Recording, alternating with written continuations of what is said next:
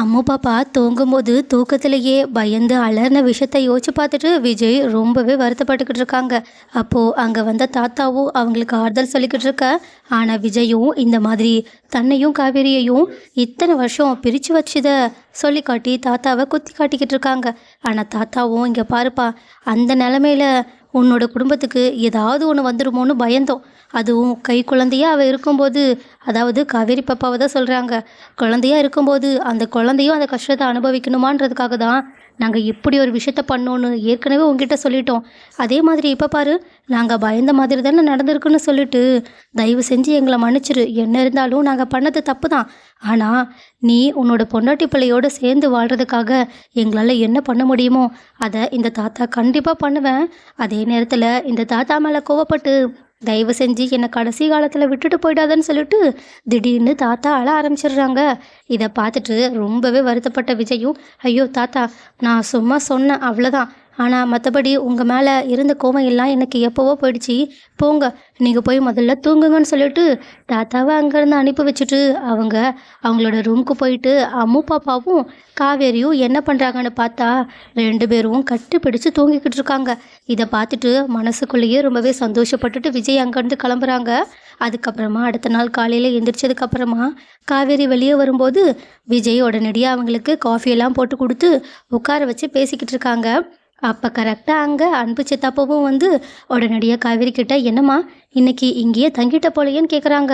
ஆனால் இதை கேட்ட உடனேயே விஜயோட முகம் சுத்தமாக மாறுது.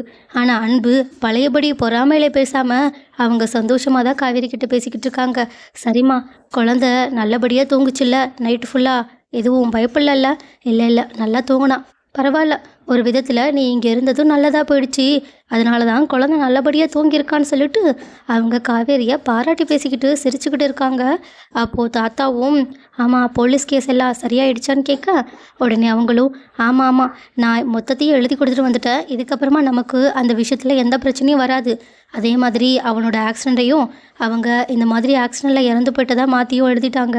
அதனால் இதுக்கப்புறம் எந்த ஒரு பிரச்சனையும் நம்மளோட குடும்பத்துக்கு வராதுன்னு சொல்ல, இப்போ தான் அந்த ஆக்சிடெண்ட்டில் ராகவ் இறந்த விஷயம் நமக்கு தெரிய வருது.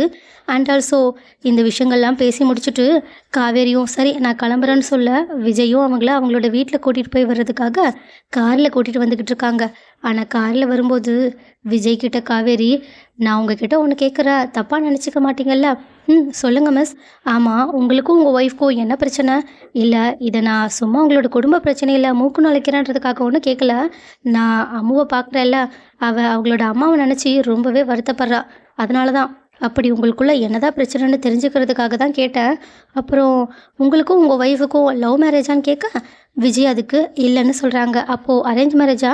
அப்படியும் சொல்லிட முடியாதுன்னு சொல்ல உடனே குழப்பமடைஞ்ச காவேரியும், நீங்கள் என்னதான் சொல்ல வரீங்கன்னு கேட்க விஜய் அதுக்கப்புறமா அவங்களோட வாழ்க்கையில் நடந்த மொத்த சம்பவத்தையும் காவேரி கிட்ட சொல்லிக்கிட்டு இருக்காங்க.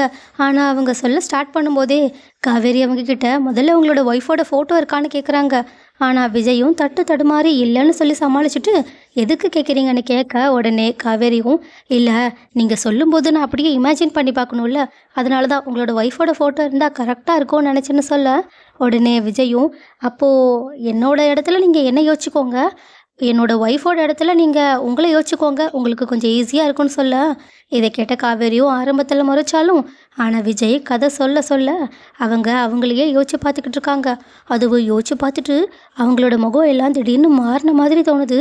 அதுலேயும் இது எல்லாமே அவங்களோட வாழ்க்கையில் முழுசாக அவங்களுக்கே நடந்த மாதிரி தோணுது.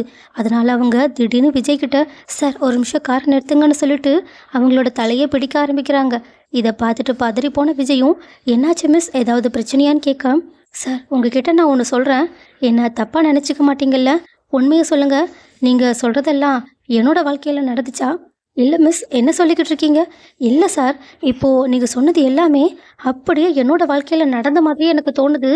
ஏன் நீங்கள் சொல்ல அந்த இடத்துல நானே இருந்த மாதிரி தோணுச்சு. ப்ளீஸ் தயவு செஞ்சு உண்மையை சொல்லுங்கள். அதே மாதிரி 5 வருஷத்துக்கு முன்னாடி தான் உங்களுக்கும் உங்கள் ஒய்ஃபுக்கும் நடுவில் ஏதோ ஒன்று நடந்திருக்கு. அதே மாதிரி தான் எனக்கும் ஆக்சிடெண்ட் நடந்திருக்கு. ஸோ இதுக்கும் அதுக்கும் ஏதாவது சம்மந்தம் இருக்கா என்ன? அது மட்டும் இல்லாமல் நீங்கள் சொன்ன எல்லா விஷயத்தையும் நான் ஏற்கனவே என் கனவுலையுமே ஃபீல் பண்ணிக்கிட்டு இருக்கேன். ஆனால் என் கனவுல நடந்த விஷயத்த எப்படி உங்களால் சொல்ல முடியும்? அப்போனா இது எல்லாமே உண்மையா என் வாழ்க்கையில் நடந்த விஷயமா தான் இருக்க முடியும். ப்ளீஸ் சார், சொல்லுங்கள், உண்மையா உங்களுக்கும் எனக்கும் நடுவில் என்னதான் இருக்குன்னு கேட்குறாங்க. இதை கேட்டுட்டு விஜய் ஷாக்கோட இருக்க, காவேரியும் குழப்பத்தோட விஜயை பார்த்துக்கிட்டு இருக்காங்க. ஸோ கைஸ், விஜய் காவேரி கேட்ட கேள்விக்கு உண்மையாக பதில் சொல்லுவாங்களா? அப்படி இல்லைன்னா டாக்டர் சொன்னதை யோசிச்சு பார்த்துட்டு அவங்க இப்போதைக்கு அந்த உண்மையை காவேரி கிட்ட மறைப்பாங்களா? அடுத்து என்ன நடக்க வாய்ப்பு இருக்குன்னு நீங்கள் நினைக்கிறீங்கன்றத கமெண்ட்டில் சொல்லுங்கள்.